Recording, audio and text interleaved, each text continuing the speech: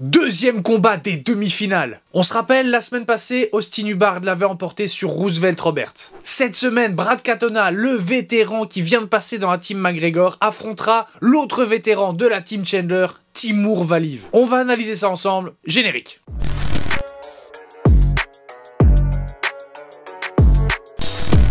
Enfin, Brad Katona passe officiellement dans la team McGregor, rejoignant donc ses vrais coachs.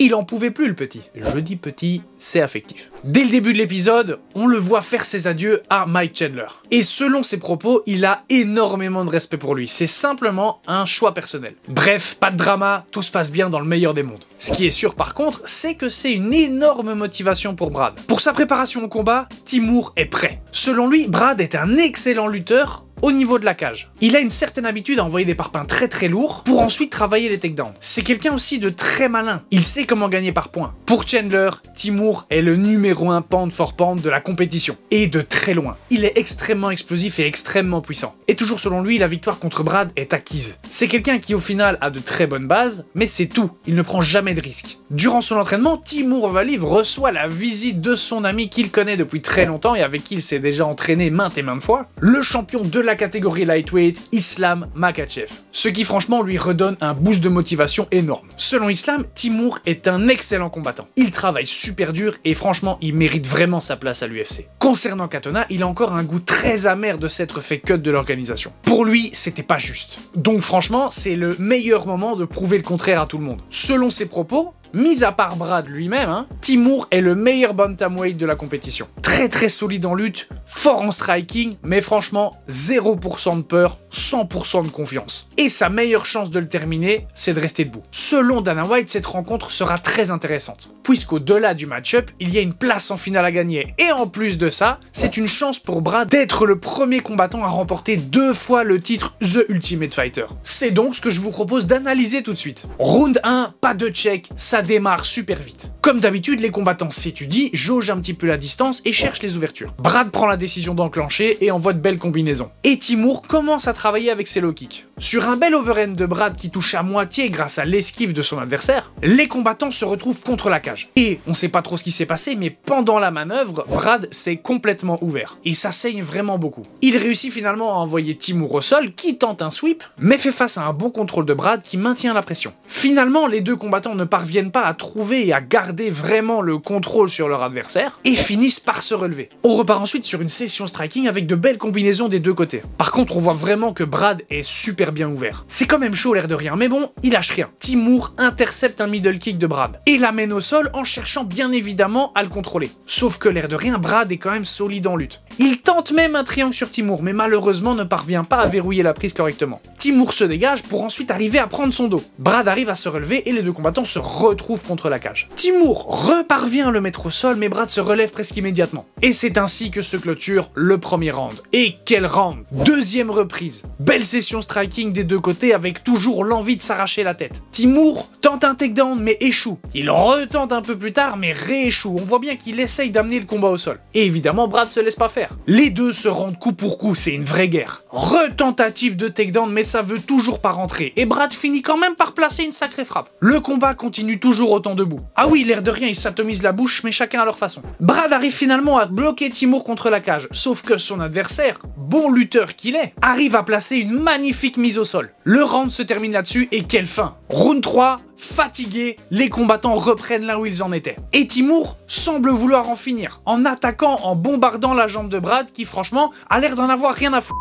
Et il continue à placer ses coups à son aise. On a ensuite une belle tentative de This is Sparta de Timur. This is Sparta! Qui touche quand même, mais malheureusement pas assez fort pour coucher Brad. Il finit par retenter un takedown et amène son adversaire au sol. Il reste 2 minutes 40 et franchement, le combat est relativement serré, du moins c'est mon avis. Katona se relève et arrive à s'extirper des pattes de Timur. Striking reparti, c'est de nouveau du coup pour coup. Brad arrive finalement à intercepter un des low kicks et garde sa jambe entre les siennes, ce qui du coup bloque son adversaire. Évidemment, il en profite pour placer quelques frappes, histoire de bien s'attribuer des points, et on voit que Timur essaye mais il galère un petit peu à casser le contrôle contre la cage. Le round se termine et tout le monde est très content du combat. Tu m'étonnes, mais par contre, personne sait s'il va y avoir un 4e round bonus ou pas. Malheureusement, spectacle terminé, la décision tombe, et c'est Brad Katona qui l'emporte par décision partagée face à Timur Valiev. Malgré le fait que la Team Chandler ne comprend absolument pas comment Brad a pu gagner le combat, mais bon, la décision des juges est ce qu'elle est, il a surpris tout le monde par rapport à sa prestation durant les quarts de finale. Timur, évidemment, est extrêmement déçu. That's okay. I did what I did, you know. Mais comme il le dit, il va rien lâcher, faut le surveiller de près, car il en a pas terminé avec l'UFC. Ah fuck, en fait j'ai un petit épi depuis le début là. Bien, propre.